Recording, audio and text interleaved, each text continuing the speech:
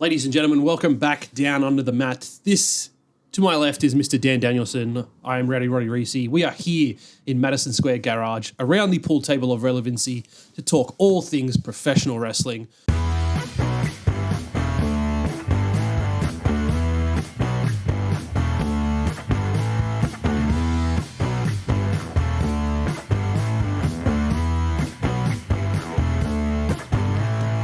We've had a hell of a week this week in the world of WWE and professional wrestling as a whole. A lot of releases for WWE over the last 24 to 48 hours have been announced.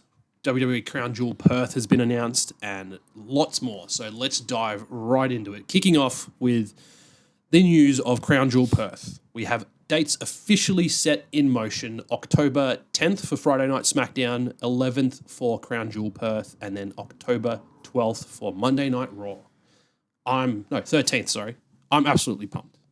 Yeah, it's going to be great. It's gonna be great. All of it at the Rack Arena, so 13,000 seat stadium.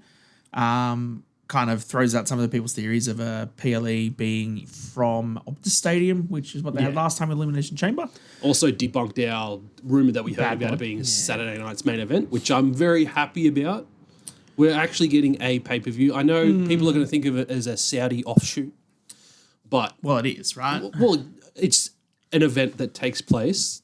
Majority of the time it's in Saudi. I know, Every other time it's been in Saudi. I get it, I understand, but we're getting an actual PLE, not a Saturday night's main event, so I'm pretty happy with that. Well, I think if you look at canonically, the previous lots of Crown Jewel events haven't really had too much in terms of storyline impact, WWE. Yeah. They obviously had the new Crown Jewel champions last year.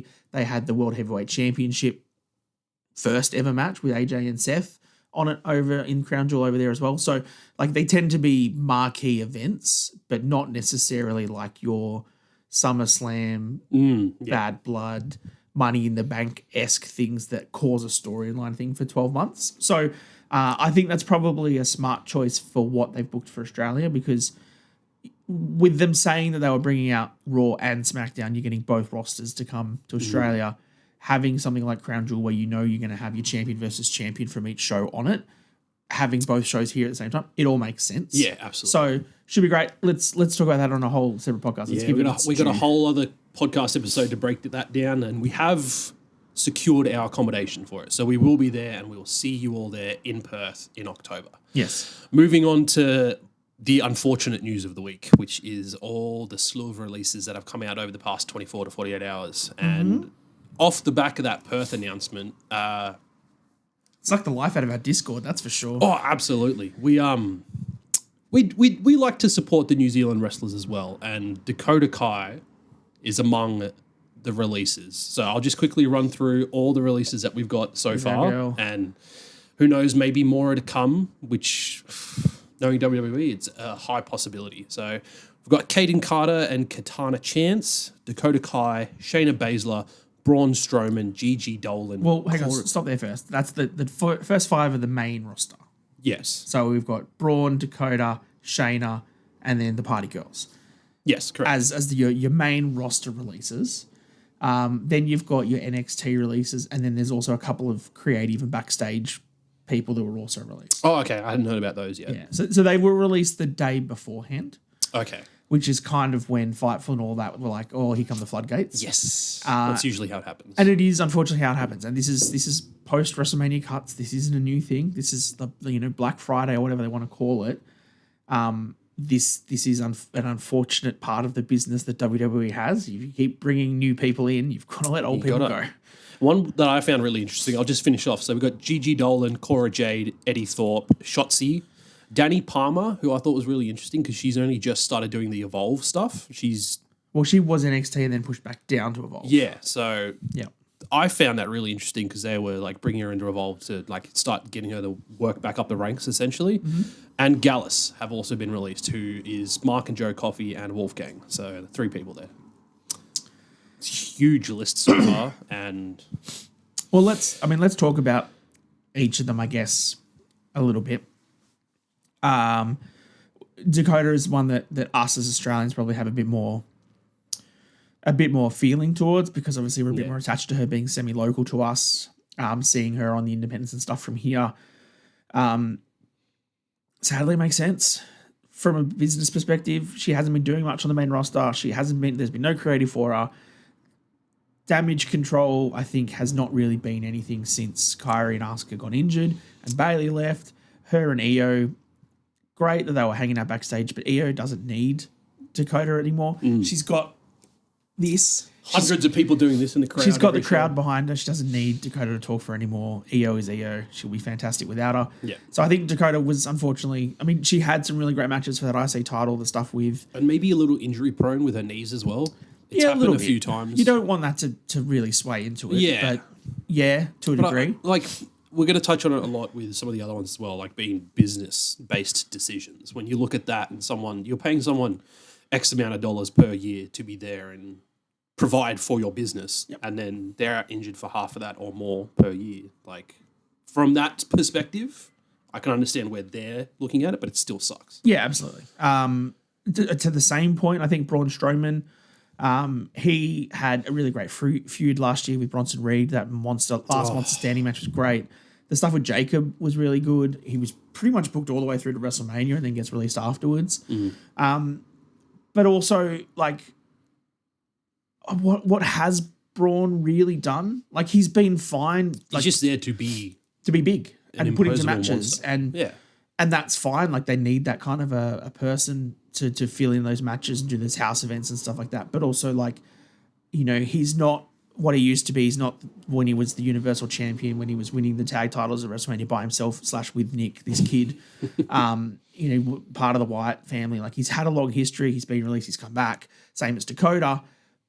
But right now, I don't know if the creative direction of what WWE is doing needs Braun Strowman, and that's probably why he's surplus to their requirements and gets released. And something really interesting I saw that I haven't told you yet is it's an unsubstantiated rumor, but I saw it was reported online that Braun had come to Paul Heyman in the lead up to WrestleMania, very emotional about the fact that he wasn't booked on the card, and Paul simply said, "You're just not good enough to get booked on the card." Well, I mean, if you also go and see the stuff about the roast of WrestleMania, Paul Heyman just called him fat several times on the roast of WrestleMania. Like, he targeted Braun Strowman. But Braun was also on that roast. Yeah. So I think that was, you know, maybe tongue-in-cheek a little bit. But, yeah, like, it is, like I said, he's surplus. Like, if you need someone to put in a really good, you know, big man match on a house show or a series. He's there for you. He's there, great. But, you know, you've got Solo, you've got Jacob, you've got Damian Priest, you've got Drew McIntyre. Like, I don't think you need Braun Strowman right now. So look, again, it goes to what we'll say a fair bit on these releases is, from a business standpoint, is WWE getting their money's worth, right? And someone like Braun, who is a former world champion, part of the Wyatt family, been around for a long period of time, he's not worth $100,000. Like, you're spending, let's say, close to $1 million a year on someone like Braun Strowman. Is he selling you enough merch? Is he selling tickets? Is he selling pay-per-views to go and see Braun Strowman? And if he's not, and someone like Jacob Fatu, who you're paying $300,000 for, is giving you all of that and then some, there's your decision. So as emotional as we get as the internet wrestling community towards these characters and these wrestlers, from a business standpoint, I think a lot of these are justified. But in saying that, I don't want at any point for us, you know, to say that we're against these wrestlers. 1,000%, I want all of them to fall on their feet. I would love to see them all get indie roles somewhere, or forward TNA or AEW or something like that. I only want the best for them. I don't ever want to see people lose their jobs and be fired. But that is the risk that these wrestlers take as independent contractors working for big companies like WWE. That if you're not in a position of power or, you know, on the main card or making the money, you can go. So that's kind of we've had a harsh reality. Yeah, and we've had a huge hit to the women's division with these releases as well. So Kaden Carter, Katana Chance, former WWE Women's Tag Team Champions. So that narrows down the women's tag team field. We've had Shayna Baszler leave as well. So that means her and Zoe Stark are now no longer a tag team. Zoe Stark's still there by herself for the time being. Pure Fusion Collective, we knew was not going to go anywhere with the name. That's one less tag team for the division. I mean, Gigi Dolin and Shotzi as well. Yeah, I mean, let's talk the Party Girls. Again, I'm going to pitch it the same idea as I pitched with Braun, right? You want a good women's tag match on a card, you can give anyone against those two and it'll be fine. But is anybody turning in to say, oh, I really want to watch Katana Chance have a match? There will be those few dedicated hundreds, but like when you're talking a business like WWE where you need like hundreds of thousands and millions of people buying into this talent, it's an unfortunate reality. I think the one that's possibly of those ones that we just touched on them, that one that is the most surprising to me is probably Shayna. I feel like dropping the ball on her with Pure Fusion Collective was always going poorly. But that, when she came up from NXT and ran through everybody in the Elimination Chamber. And I hated Shayna back then. And I hated the fact that she did that. But for them to do that, put the faith in her, have her demolish the entire women's division, to not have that pay off in any sort of capacity storyline-wise that year. She lost to Becky Lynch at WrestleMania that year.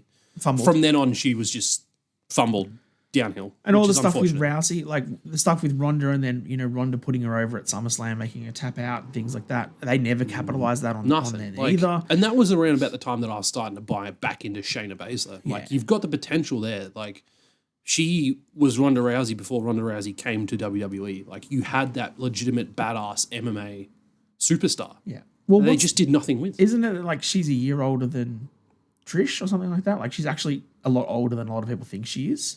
Look, I wouldn't be surprised. I don't know what her age is. Yeah, but she's very talented. I think that the problem is that they just couldn't book that badass MMA style character in the women's division because I don't think there was anyone else. I don't think there is anyone else in that women's division that could kind of match what she does. Yeah. Apart from probably Rhea. Shayna and Rhea had a good feud in NXT. I would have loved to see that rehashed on the main roster. Because I think they did it a couple of years back. Yeah. But yeah. It's just... She is one that will fall on her feet very quickly. I think she had some really good stuff with GCW. Even the week of WrestleMania with Bloodsport. She would be a name that someone like AEW or TNA should snap up really fast. Yeah. You touched it. You said Gigi Dolin, Cora Jade. Yes. And then there's also Jakara Jackson. Oh, I forgot Jakara Jackson as well. My bad. The interesting thing I want to touch on with these names and Aura Menso. It's not him. But with the women is that they've all been used pretty frequently by TNA with the TNA and NXT crossover stuff. And the interesting thing for me to this is that TNA were pretty much getting them for free because it was part of their deal with NXT. Yeah. Now, if TNA wants to use Cora Jade again, they're going to have to give her a contract. But then can they give Cora Jade a contract or do they have to give Elena Black a contract? Yeah, and this is the really funny part because like all these releases, the chances of them all going to TNA and like what's that situation going to look like because they've got that partnership with NXT. Well, I mean, Indy Hartwell, she just signed with TNA. Yeah. And it took her a little while to get there, but she was released by WWE last year, did some independent stuff, came out to Melbourne, wrestled a little bit here. Won the Renegades of Wrestling Women's Championship. Now she's signed with TNA. So, I mean, I think that the TNA women's division could use a Cora Jade and a Jakara Jackson and a Shayna Baszler. But does TNA have the money to pay contracts for each of those women to be their talent, not be utilized by the NXT talent? And then how much is WWE going to want to say, that's fine, but now next TNA to NXT crossover is going to be Roxanne Perez versus Cora Jade when it's not our Cora Jade anymore, it's your Cora Jade? Does that, like, that's a weird dynamic to think about. Because considering WWE just said, well, we don't want to keep this person. Yeah. And, like, Cora Jade is still 24. Like, she's still very young. She's got the world ahead of her, dude. She will come back. I think she would fit AEW well if they give her a chance. But I think she's someone that go take your straps, do some indie stuff, work on yourself, and then come back, and you'll be back with WWE. And as Matt Cardona usually does, he always reposts that post that he put way back when. Mm-hmm. You've got three options. You reinvent yourself, you work your butt off, you do indies, or you just accept your fate. Well, yeah, you sulk, or two, you live off your WWE name and do signings and things like whatever you want. Or three, you work really hard and you make a shit ton of money on the indies and you get better than you are. And that's what Matt Cardona has done. And you even see Chelsea Green when she had that interview with CBV a couple of weeks ago. Like, Cardona wants to come back. And he will come back to WWE at some point. It's just a matter of time. And We've been pining for it for so long. Oh, yeah. But, like, that's... Even him as the indie god, that is still his goal. Yeah. And so, he's getting paid well. He's got 9 or 10 or however many championships across multiple independents. So these kind of wrestlers that are released can do that. Like Braun Strowman could go and tear up a bunch of indie things. Go with Billy Corgan with NWA. Well, yeah, or whatever. it's funny you mentioned that because last time we got it released, he was linked up with EC3. So Yeah, I could that's see right. them relinking and Braun Strowman going to do NWA stuff. Yeah, that's the thing. And then Eddie Thorpe, who was one of the other names released, used to work a lot in New Japan, so he could go do some New Japan stuff and come back. Like, it's a harrowing day from a WWE perspective that 18 people have lost their jobs, but it is a big injection of 18 people into the independent wrestling scene that they can go find their feet and move on and either grow and learn as independent wrestlers and then come back, or do what Matt Cardona's done and become an indie god and make your money in the smaller promotions, because there's enough wrestling to go around.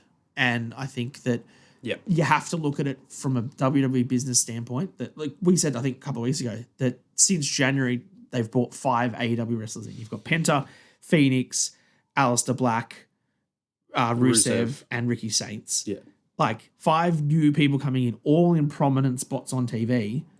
Someone's got to go. You can't keep everybody on TV. There's not enough time. So these were always inevitable, and it sucks for every single one of them. But I think that the talent that has been released is enough that they'll find their feet on the independents. Yeah, and from what I'm hearing, not a lot of these superstars have 90-day no-complete clauses, so we're going to see them on the indie circuits or in other promotions pretty soon. The main roster is 90 days, NXT's 30. I saw a few people mention they've only got 7 days until they're available. Or maybe. So I think the interesting one is Shotzi. I don't think Shotzi has been released. I think Shotzi's contract is running up and they are not renewing it, and they've already told her. And that's the situation with all this. This is all news that's coming out, whether it's they're being released or their contract's just not getting renewed. So it's going to vary depending on the situations. Yeah. But moving on, we're going to touch on another few news points before we jump into the weekly segments. Mentioning releases, similar to releasing a retirement has happened this week. The heavily rumoured debuting in WWE sometime soon, Jeff Cobb has announced his retirement after, I think he said 16 to 20 years in the business. Yeah, he's in his mid-40s. So, yeah, he announced that in a what people call a cryptic tweet. He blatantly said he was retiring. I don't understand how that's cryptic to some people. Work face? Never know. Never say never in the wrestling business. Never. So hopefully he enjoys whatever he chooses to pursue in his post-wrestling career, if he does not end up signing with WWE.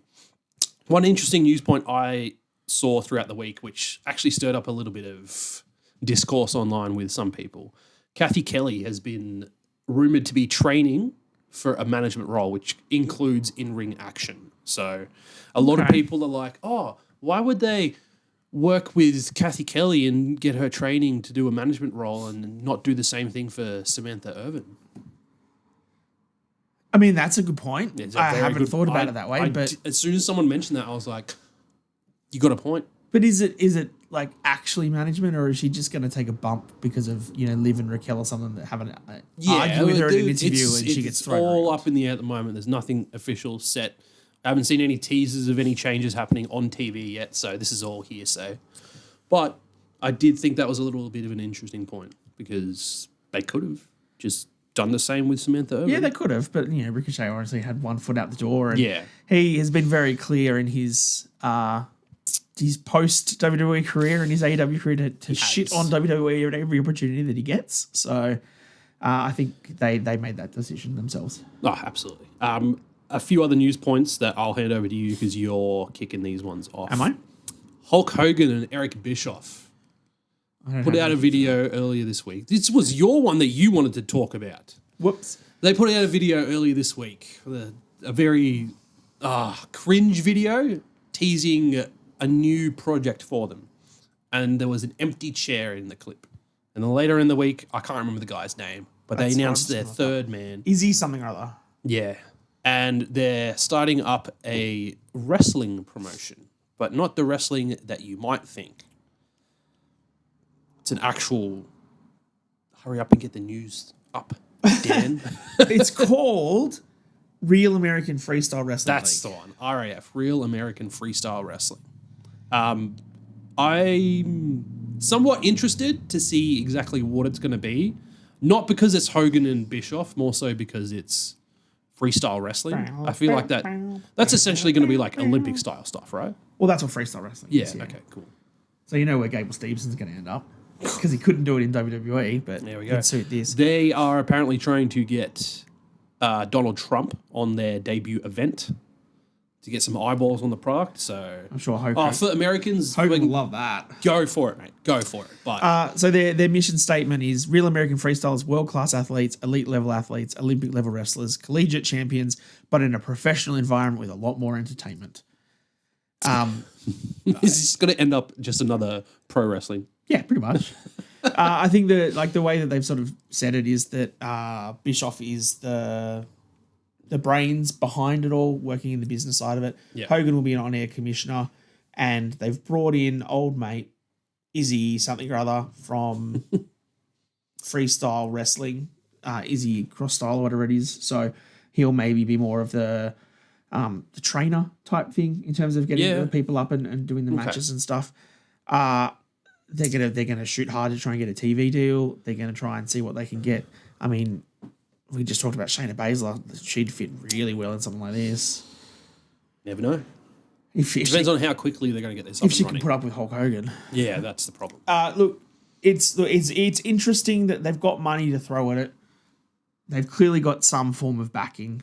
Yeah, and you generally don't this. start putting these teasers and stuff out unless you've got some backing or something. So Yeah.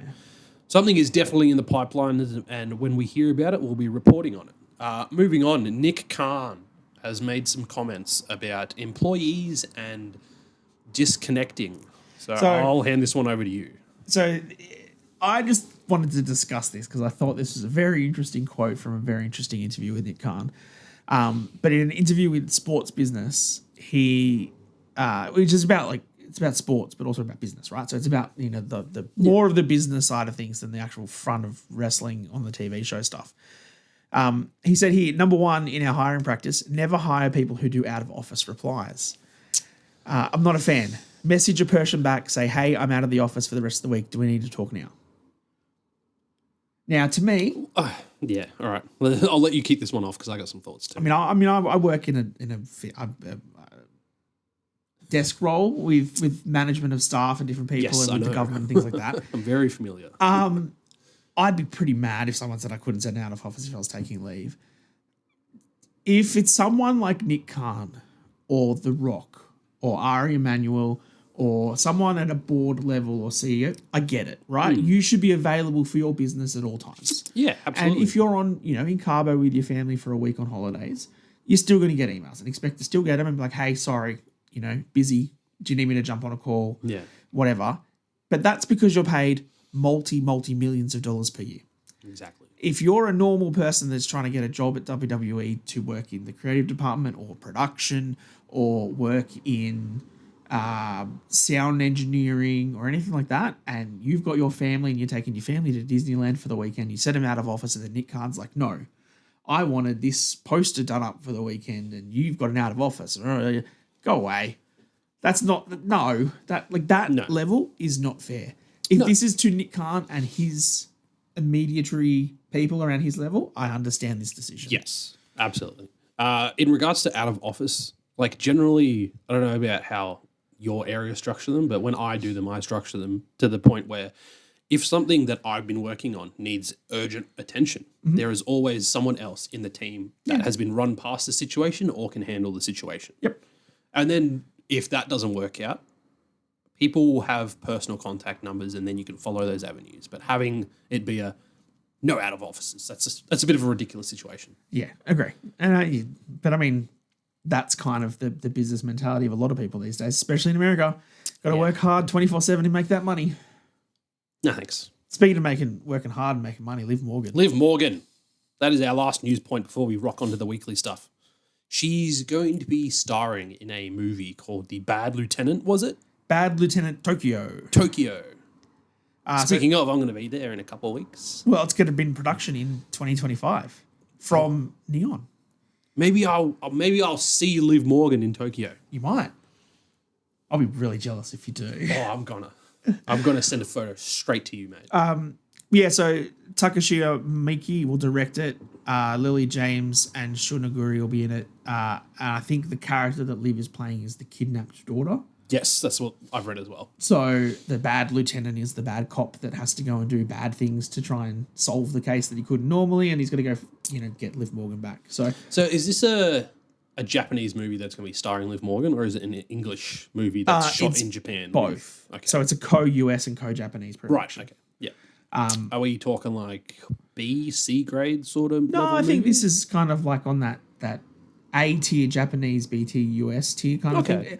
The way I've read it, just trying to figure out if we're gonna get to see it in Australia or not. Nah, probably not. Yeah. I reckon it's kind of like a Japanese Taken, is the way I'm kind of pitching it. Right. That does make sense. That kind of that action level movie with a couple of good stars in it. That's kind of where it sits in this world. Okay. So it's bigger than like the Marine, but it's not quite on a like Guardians of the Galaxy Batista level. She's kind of like in the middle. She's getting movie roles, which is great to see. So I'm sure it's not going to be too long before she gets snapped up and onto bigger and better things. And if we tie that back into the first lot of stories we had with all the releases, this kind of puts a hiatus on the women's tag team titles because she's off air, which probably puts her and Raquel on the shelf for a while, which puts those titles on the shelf for a while too. And WWE would have known this was coming, right? This wasn't a surprise that Liv was trialing for movie roles and things like that. So for her to have dropped the titles at WrestleMania, won them back on Raw, retained them in NXT, WWE knew at that whole time that Liv was probably leaving to do a movie. So if they were going to put a focus on this women's tag team division and, allow it to continue as it was, then I'm pretty sure Liv and that would have dropped the titles in that little bit of a run to let someone else continue them. Yeah. But I don't think WWE has any focus on this division because they just released half of them. Yeah. But also the tag belts were not doing anything really on the main card and on SmackDown and Raw anyway. I think they need to disappear. Now that you've had the IC title and the US title, which is getting good screen time on Raw and SmackDown, I don't think you need the fifth women's title in there. No, I mentioned to you offline, it's starting to get a little cluttered and storyline-wise, there's not enough to keep people invested. Yep, and I think that this might be that catalyst where I think we said for a while that we want them to go back down to NXT and have them back as NXT tag champions. Yep. I think this is the point where, you can tell a very simple story. Liv goes and does her movies. She comes back in 3 or 4 months' time. And then the first match back, they drop the titles because Liv hasn't wrestled for 4 months. She's a bit rusty and she loses the belts. Yeah. And then they go down to NXT and they just disappear. Yeah. Because, I think that the focus for what WWE is putting in the women's division is on your Lyra and Becky feud around the IC title, which will include Bayley at some point. You've got your US stuff with Zelina and Chelsea, and Charlotte will probably come in there at some point. I assume so. And then all your world title stuff is going brilliantly, plus all your NXT women title stuff. There's enough other things for women, then we don't need tag belts that no one actually cares about. Yep, correct. Let's start touching on the weekly episodes of wrestling this week, kicking it off with Monday Night Raw and Seth Rollins and his Dangerous Alliance. The Vision. The Visionary. Division, is that what it's being called? Well, Sammy kept saying, you have your vision about things, and Seth kept saying, I have the vision and everything has to come through me. I think that maybe... Is that going to be it? Maybe they're testing the waters with the vision? I don't hate it. Not completely sold on it yet, but I don't hate it. Well, I think we pitched the Revolution. Yeah. And I don't know if... that was the title of our last week's podcast. I don't know if that's going to go as well. I mean, either or. The evolution. The evolution. No. I reckon the vision's a good idea. All right. I kind of like that. Seth starts cutting a promo and then Sami Zayn comes out. I immediately thought, out of all the people to come out and confront Seth, why Sami? We would go on later in the night.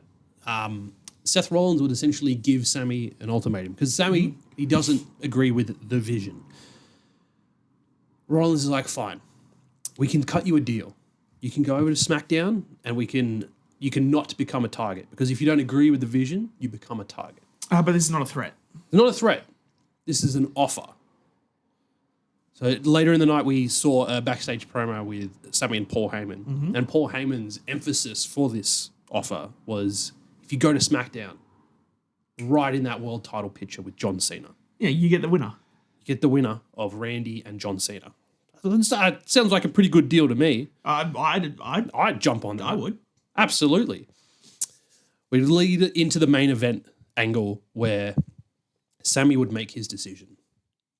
And he said no. Mm-hmm. He's not taking that deal. He's not going to SmackDown. And then Braun Breaker, in a match, absolutely demolishes Sami Zayn with 4 spears. So the couple of points I want to touch on for this whole bit throughout the night was WWE is really good, and they've done this several times with Sami, having shows based around Sami Zayn and his decisions. They did a lot with him in the Bloodline, with him being the honorary Uce and stuff like that. Where like he's really good, as an actor in terms of getting you behind his emotions, and he's really, really good at playing the sympathetic babyface. And I think that is why he got fed to Braun Breaker here. Yeah, because since he turned face, and he wasn't that sniveling little heel that was facing Johnny Knoxville, since he's done the honorary Uce and the Bloodline stuff and everything since, the crowd love Sami Zayn. And they are so caring and supportive of the Kevin Owens promo that he cut outside Sami's house with him just talking to his wife and kid inside. The crowd loves Sami Zayn because of that. So, perfect person to be the first one buried by the vision, right? Yes. Second point that I want to make is you haven't touched on Seth Rollins' $15,000 jacket that he was wearing. $15,000 jacket. Now, that was pretty crazy. But oh my God. That looked ridiculous, and those glasses were Braun looked amazing in a suit as well. Braun looked so good in the suit. But the point to me was right at the end when Seth was out there and Sami was there, and Sami says no. And Seth doesn't say anything, and he just stands there and looks at him, and then Braun's music just hits. Yeah. With the sirens and stuff. And it was so perfectly timed that it was the same as what they did at WrestleMania, right? Where Seth didn't have to do anything. Just put his hand out, and Heyman gave him the chair. And so Sami just says no, and Seth goes, and the music hits. Yeah. He's controlling everything without having to do a thing. And it is, like, I'm really everyone's enjoying on board with the vision. Everyone's on board. really liking what Seth's doing here. Yeah. And Braun destroying Sami, like, sympathetic babyface. This puts them over as a monster heel. Michael Cole, again, spectacular on commentary as always, telling Paul to call him off. He's got to stop. He doesn't need to do this anymore. Seth, make it stop, please. All it does is make them look stronger. So I love everything they're doing with this so far. What I really liked about Seth's antics during that short match that we got with Braun and Sami was he was just sitting on the announce desk, just like blankly watching the match. And then when the match came outside and they were fighting around the announce desk, he was still just sitting there facing the same direction while they're just fighting around him. So he's just like, I don't want this to happen. You didn't have to do this. Because him and Sami, like they mentioned in both promos how close they are outside of the ring. Yep. And he didn't want this to happen. He wanted to protect Sami. But now he's the first example. And you saw that at the very end where Seth has Braun in the corner and he's telling Braun that, he made his choice. Yeah. You have to understand that, this is what we have to do. If we're going to be the future and everything has to come through us, you have to put everything aside and do what has to be done because he made his choice and turns around, stomps Sami's head. And that's the closing shot that we get of Monday Night Raw. Other things to happen on Monday Night Raw. There were things that happened on Monday Night Raw. Rhea Ripley versus Roxanne had an absolute banger of a match, which was rudely interrupted by Julia, who was out at ringside. And Io came out to make the save. Yeah. I thought this was a really great match. I want to touch on a couple of the really key points during the match. Was Roxanne being the smaller competitor. They went through that story of taking out the legs of your bigger competitor, and they played that throughout the entire match. And I absolutely love to see that. I really loved the razor's edge that Rhea delivered to Roxanne from the rope down and then over. And then hit a Shining Wizard. Oh, Ted's favourite move. Ted's favourite move. Didn't even know it existed. Julia attacks Rhea from behind as she's trying to win the match with the Riptide. Io comes out to make the save. I'm sure this is going to lead to a tag match. I think so. Yeah. And then you can have Rhea and Io be like as a tag team, help each other, but like they want to take control. Yeah. They want to be the star of the match, and then that's going to like lead to tension. So I think, and then that gets them to their world title match. Yes, and I also think that this leads into women's evolution. So that's rumored in June, is that there's going to be that all-women's pay-per-view. I think on that all-women's pay-per-view, you're not going to get a lot of champion versus champions. You're not going to get Io versus Tiffany and stuff like that. No, we don't want to do that. But we're going to get main card champions versus NXT champions. And I think I'd love to see that. That's the storyline they'll start setting up here, in that you'll have Io against Julia, and you'll have Rhea against Stephanie, and you'll have, you know, Roxanne against Bailey and stuff, because you'll be having main card versus the NXT talent. I mean, this flew straight into the next night on NXT, where Io and Stephanie versus Julia and Roxanne. Yes. In another brilliant... No, it was Jordan Grace. Oh, sorry, it was Jordan Grace and Io. Right. But again, like, if you've not watched NXT, go watch that women's tag team main event. It was phenomenal. It was really good.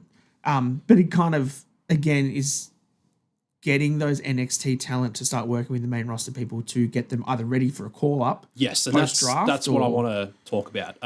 Stephanie, Julia, and Roxanne, they've all been heavily rumoured to... Well, Roxanne's already up. Yeah. They're going to be main roster. Stephanie, I think the fact that they've had her on back-to-back Raws after Mania, they're going to have her drop that NXT Women's Championship sometime soon, I think, and then maybe as part of the draft, if they have a NXT show before that, she'll drop the title there, have a rematch before, and then she'll be main roster. She's ready. I think the last couple of weeks is them getting that WWE crowd used to Stephanie. So when she gets that call up, people are familiar with her work, and she's going to get some good reactions. Everyone's familiar with her move. You just do it once on Raw. I think she did it twice on Raw, didn't she? Because she did it once facing away from the hard cam, and I'm sure someone said, hey, you got to do it again. So she did it again. Look, I think that this is very smart booking.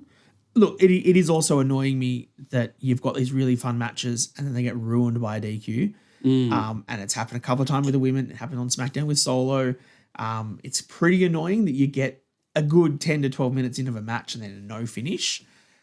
But I understand why they're doing it for storyline purposes. So I think this leads to, the Io and Rhea thing. Like you said last week, Rhea said specifically, Io is mine. Yeah, right? Nobody hurts Io but me. No one hurts him but me. So that is going to lead to a Io and a Rhea match. SummerSlam, maybe. That's probably the match in a couple of months' time. You have this tag thing in between it. You can then have the evolution thing between it with other stuff, and then you hit those two. I think Rhea's definitely getting that title back before Crown Jewel Perth. You reckon she comes in as champion? Yeah, that makes sense. We'll talk about it more on the Crown Jewel episode. But my other little... I think my idea, her being champion, is pivotal to Crown Jewel Perth. My little hot take. I've already put a little cheeky little side bet on this one. A bet? I have put a little bet on this. There's a little pay-per-view that's coming up in a month or two. It's called Money in the Bank. You thinking Mummy in the Bank? I'm thinking Mummy in the Bank. How good would that be? We're going to get... Let's make a deal right now. Okay. If they release a Mummy in the Bank briefcase that says Mummy in the Bank, we're getting it. Done. We're getting it for the Absolutely, set. for sure. Absolutely. I think the reason why I like that idea so much is that they have been very clear in saying that Rhea can't beat Io. Yeah, and that's... didn't we talk about this last week? Possibly. Or during the week? But she can't beat Io. She can't pin her. Sense. So she wins the Money in the Bank briefcase. And capitalizes when she's down. And that's the only way. Yep. Love it. Mummy in the Bank. Get on it. Speaking of things that we love, and a lot of other people are not loving at the moment, Jey Uso gets called out Yeet by Logan Paul. Look, we have said for a while on this podcast that we love Jey Uso's entrance. And that's about it, really. So he needed to win the world title. He needed to beat Gunther. The Royal Rumble winner had to do that. That's fine. But I don't really care now about Jey. Let's move him on, right? But do you know how I care about Jey? Is when you put him against Logan Paul. And I'm like, all right, cool. Now I want Jey to win. Because Logan Paul is incredibly talented. I am a super big fan of his heel work. In ring, he's great. The pulverizer looks sick. The entrance at WrestleMania with the drone was awesome, but I do not want him to be our world champion. So, Jay, win this match. And I think this is very, very smart booking from WWE in the fact that they probably know a lot of people were behind Jay to beat Gunther because they wanted to see this happen. But now let Jay drop the title to Seth or someone or Punk or whatever and give the title to someone real, right? Put him against Logan Paul, though, and you're like, I don't know, Jay can keep it. Well, you mentioned the World Heavyweight Championship. Someone, I think it was on one of our social media pages or in our Discord, mentioned that Seth Rollins would be gunning for that World Heavyweight Championship before too long. And maybe, depending on how John Cena goes with his defenses as the last real champion this year, we could, if they're going to do the Crown Jewel Championship matches again, get John Cena versus Seth Rollins again. And I still have my shirt from their last feud where Cena got kneed by Rollins and broke his nose. Okay. And Seth Rollins made the shirt that's like, you can't see knee. I've still got it. Good shirt. I've still got it. Moving on. I don't know if that's the match that I'd want to see, though. I mean, I definitely don't want to see Jay versus Cena. So if we are doing champion what versus if champion, Punk gets the championship? see, that one I would love to see. Yeah, I know you would. But also, I know you would. But I also think that Punk versus Cena as champion versus champion doesn't have the stakes that we would all like. Yeah. We wanted, I mean, I want the match at Money in the Bank, Punk versus Cena for the title. The reversal of their match from 10, 12 years ago. And just have that. Cena wins and just like he does the same thing that Punk did. Goes on the barricade. That would be cinema. Cinema if you book that. But I don't think a champion versus champion Punk versus thingy match, Cena match is the same. I think for us as the Australian crowd, we'd love it. Like I would not have a problem with that. But for the WWE crowd as a whole, that's where I don't think it'll work. Because people will want that one-on-one for the title, not title versus title. So then who's the champion then? That's the thing. We're going to talk more about it on our Crown Jewel, what you need to know about an episode. Let's talk about it there then. Trying to bait people into watching it. Clickbait. JD versus the War Raiders. JD, the Judgment Day, would lose their match due to Penta's interference on Monday Night Raw. Mm-hmm. I'm sure this is going to somehow work into a draft. And the Lucha Brothers. And then the Lucha Brothers. Yeah, I agree. Slow road. Isn't lots of dips and turns down that road. Becky Lynch came out to explain everything about turning on Lyra last week, and she just kicked it off with, "We don't need to do any investigation. It was me. I took out Bayley." Surprise! Oh my God, I was so shocked. Becky versus Lyra for the title has been made official for Backlash. Now, I'm in a couple of minds with this match. Oh, are you? Because I immediately was just like, Becky's just winning. But now that she's outed herself as attacking Bayley, I assume Bayley comes back and costs Becky. But then I was like, then she's going to turn on Lyra, and I don't know where to go. I don't know what to expect, which is always a good thing in professional wrestling. I think Bayley is the X factor now, which is good. Yeah. I want to give an absolute shout out to Bird Person, Lyra Valkyria. Oh, absolutely. Because I didn't know you had this in you. She won me over with that promo. She looked fantastic coming out without all of the feathers, which was really good, without having to woo the whole time. Woo! Really good promo. I love the line that I don't want to be the next Becky Lynch. I want to be the first Lyra Valkyria. Yeah. Because a lot of people had pitched, why is she with Becky? Oh, it's because they're just both Irish. Made sense, but I'm really glad that they're now putting that sort of division between the two. Yeah. Hopefully Becky puts her over. Obviously, this was Becky's plan the whole time when she came back. She wanted to do this storyline. And we know Lyra's already beaten Becky Lynch. Yep. She beat her for the NXT Women's Championship. I would be okay with Becky winning the title. Obviously that elevates the IC title because you've got a Hall of Famer in waiting in Becky Lynch winning it. I also wouldn't mind Bayley coming back and costing her, then setting up a triple threat at Evolution or something between. I just like the fact that you're getting this IC title on TV in an actual storyline that the women can put their teeth into. Yes. And I think that is steps above what it was before. Absolutely agree. Pat McAfee. Oh, this promo. Oh my God. I want to go back and watch the entire thing because we watched the highlight just before and that did not do it justice. If I die, I die. Just his ability to speak and have people be so invested in what he's saying. There's a reason why he's got a show and why he does everything for the NFL and all the college football and stuff. Yep. Gunther versus Pat McAfee is official for Backlash next week. And it's kind of interesting to see where people are expecting this to go. Leading to a Gunther versus Goldberg match. It's a possibility. I think, like I said before WrestleMania, I'd like to see the sympathetic commentators get taken out by Gunther and add the heat, which is what's happened. Yep. I like the idea of Pat cutting these promos, defending his mate Cole, getting into the ring, but then getting destroyed by Gunther. Yeah. And I think that the crowd will be invested in behind Pat. But I think Gunther has to win this. It has to win this dominantly. And I would love to see the finish of this match being, Pat possibly bleeding, but being choked out by Gunther in the middle of the ring and passing out. And Gunther just not letting go. Yeah. And then either that's when everyone has to come down and separate, or that's when the returning babyface person comes to help Pat and take out Gunther. And the rumor around is that, Goldberg has wanted his last match to be against Gunther. They set up that stuff, a couple of months ago where he said that his favorite wrestler was Bret Hart. And then, it was Goldberg. And then he said, that's not, you're a terrible wrestler. So like Gunther has had this stuff with Goldberg for a little while now. Goldberg's wanted this as his last match. Goldberg has a history of coming in and dealing with bullies. Yep. Like it's kind of been something part of his character is that you bully someone, Goldberg will take you for that. Gunther is bullying Pat and he's bullying Michael Cole. It kind of all lines up for this kind of story. So I'm for it.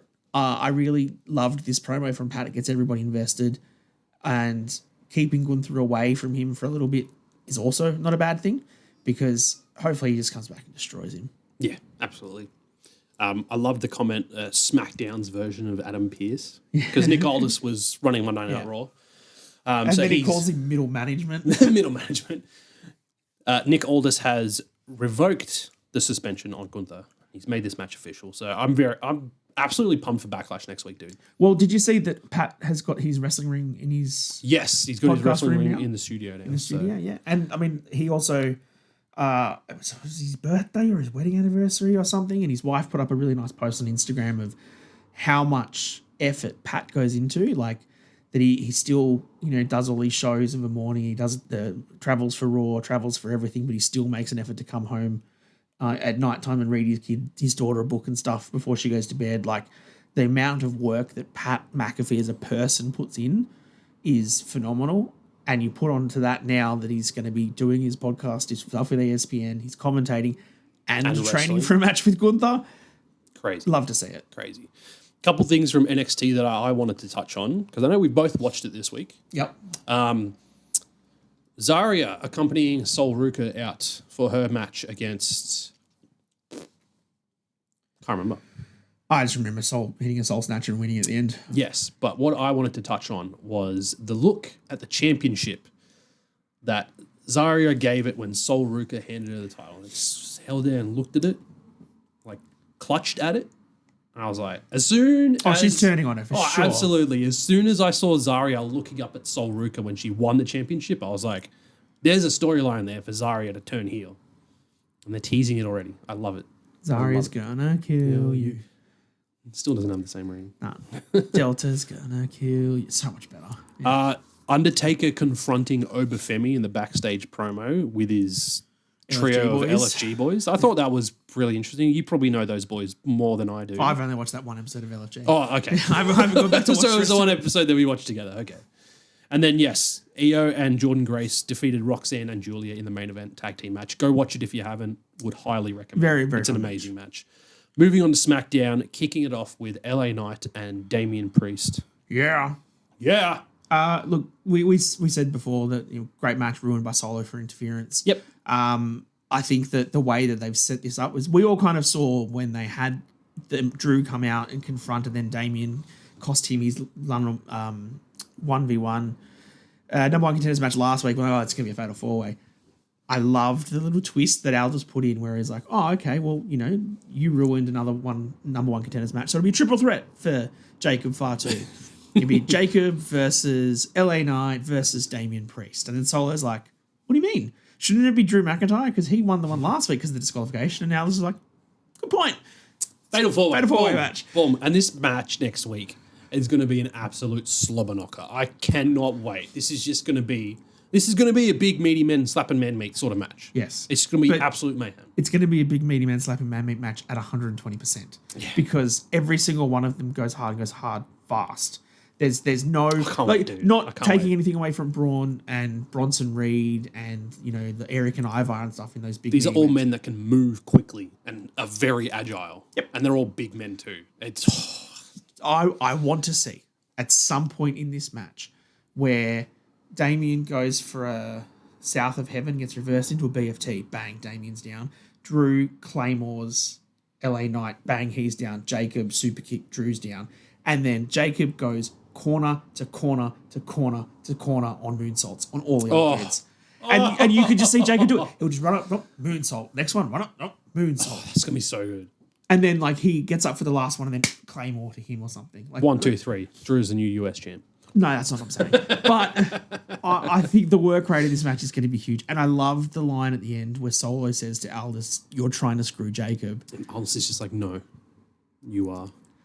Oh, because I popped for that. That now leads us to we thought we were going to get a while ago is the Jacob and Solo match. That's still coming. Yeah, they're still having it there. And the fact that the general manager of SmackDown called Solo out on it—that's the part that I popped for because as head of SmackDown, he just straight shot on Solo and he's like, "No, mate, it's you." Pumped for that. Can't wait. Before we move on and touch on the rest of SmackDown, I do want to shout out the fact that WWE have gotten 2 5-star matches within a 1 week time frame. The women's triple threat at WrestleMania and then the TLC match from the main event of SmackDown last week. You do know that was the first ever 5-star match on SmackDown? Crazy. Ridiculous. Ever. And if you love... Did the original TLC at WrestleMania even get 5 stars? Nope. I don't think it did. And I love that we were referencing that as like the comparison with that spear through the table spot. Mm. And it's now technically outshone it. And if you love Dave Meltzer and his star ratings, we have a video about it down in our description. Go have a look down there. WrestleMania 41 Fallout. We also touch on the roast of WrestleMania, which is not for the faint of hearted. So if you are sensitive to racist and other things, please don't Braun watch. Strowman joke. We don't support the views at all. We do not condone them. No. We were just reading what was in front of us. And I love the fact that on that video, if you go watch it, Reece is reading through the jokes without pre-reading them, and he gets halfway down and I can't say that one. Yeah, I had a list, I think, of 18 different references. We had to stop you. Yeah, we had to stop. I read some of the last ones. I was like, that's definitely crossing the line. Fraxium picked up another win over Pretty Deadly on SmackDown this week. Elton Prince got busted open. It looks like when... Was it the... Yes, boy. Yes, boy. When Nathan Fraser hit the standing shooting star, it looked like his elbow clipped his chin. Yeah, it did. Yeah. And then, just blood everywhere. So he ended up rolling into the outside, getting medical attention, and then his mate, Kit Wilson, I was going to say, opened all these NXT cards and I get his autograph. I was like, I don't know that guy. And then I realized after I'd stopped recording that it was Kit Wilson of Pretty Deadly. And I was like, I look like an idiot. Yes, Kit Wilson would cop the pinfall in that. And then we move on to a little promo with Nia Jax getting interrupted by Tiffy. And then another piece of music hit and I was like, who the hell is that? I forgot Naomi had new music. Naomi's metal music. Naomi comes out and then she gets chased by Jade Cargill. And they make a tag team match between these 4 women, official for the main event. Yeah, fine. Good. I thought it was a nice way to sow all the seeds together into a story, but still have the tension between all 4 of them. Yes. Even though Jade and Tiffy were teaming, Nia and Naomi were teaming, but they had a backstage segment with both teams, and there was still tension. They're working together because they were told to work together, and they're not seeing eye to eye. And I think they're teasing us with the Tiffy and Jade match. but they're not going to give it to us. Which, yeah, I don't think that was on anyone's radar. So I think... Yeah, but what was on anyone's radar? Yeah. Like once Tiffany went we were for so Charlotte, scared that Charlotte was going to get the title back. Yeah, we were. I mean, Charlotte hasn't been seen for a couple of weeks now. I think she comes back at some point. But I can't remember if it was an interview or whether she made a post on X/Twitter that she wants to do away with the Charlotte character, essentially, and show people who Ashley Flair is. Did you not see that at all throughout the week? No, I didn't, and I do not care. Yeah. It's not going to happen. I think the Charlotte character is too much of a big star. You're a for them to... 14-time champion or something. Yeah, like, I don't think just there's... drop You that. can't just like... What are you going to do? An Emelina debut as Ashley Flair and then be like, nah, I'm going to go back to Charlotte. Sorry, it didn't work. Didn't work. I just... That was the dumbest fucking thing too.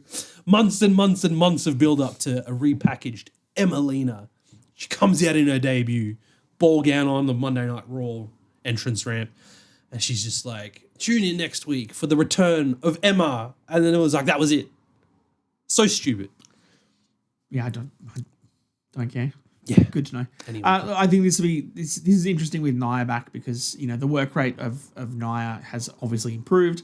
The spot of Jade powerbombing Nia looks fantastic. Naomi, her character has gotten better. I like the way that they keep shooting Naomi backstage against a mirror. So it's kind of like the two split personalities of her that you're looking at. I think that's very keen that they're doing that. But I think all four of these women are good and they're keeping that title fresh, right? In that, you know, none of them, well, I mean, Nia was previously the champion. Tiffany is now. Naomi hasn't been for a long time. It's been a fair while. She's come back. And obviously Jade's never been a world champion. So having all four of them around at the moment is interesting. You've got that Charlotte Flair-sized cloud hanging over the top of it. Plus, you'll then have, you know, Money in the Bank coming through. And do you turn that into a multi-women's match for the championship at one of the next pay-per-views? I think it's not going to go on Backlash because they would have surely announced it already. But again, if You've got they're the having Women's this Evolution pay-per-view. that's where this sort of stuff will come to. So I like it. I think it's good storytelling, keeping everyone on the toes, and having multiple women in the same kind of segments allows you to have different tag matches, singles matches, different things around, and I like it. Yeah. Zelina Vega defeated Piper Niven in a match. Cool. We're on the hour, Reece. On the hour? Yeah. Jesus. There's so much news this week. Well, we don't have anything huge to talk about. The one thing I want to touch on with this Zelina Vega thing is, I mean, she looks great as the champion, and you put some photos of her with a topless photo shoot with the title, which... She did the, like... Logan Paul did it, Mandy Rose did it, Becky and Seth did it. The whole, like, she wore it as a top. So I'm sure if you don't have a good imagination, we'll put the picture right there. Will we? I love... Oh, there's no nudity. I love Chelsea Green in this segment and the backgrade stuff with Nick Aldis. Her fully in mourning, all in black with the funeral. She's dyed her hair too. Yeah, the whole lot. I didn't notice that until she was out at ringside. And I was like, oh, she's dyed hair. Because, like, I was like... Looking at her and I was like, she's very, very dark. And then that's when I noticed the hair thing. I love that Chelsea's just so invested in her characters. And, like, did you watch... She always gives 110%. Did you watch her from last week when she lost the match to Selena? Yeah. And when she got up afterwards and she was like, where's my title? And then they had to point that it was on Zelina and she just went, oh, fainted. It's just like... So good. I love Chelsea. She's so very, very good at what she does.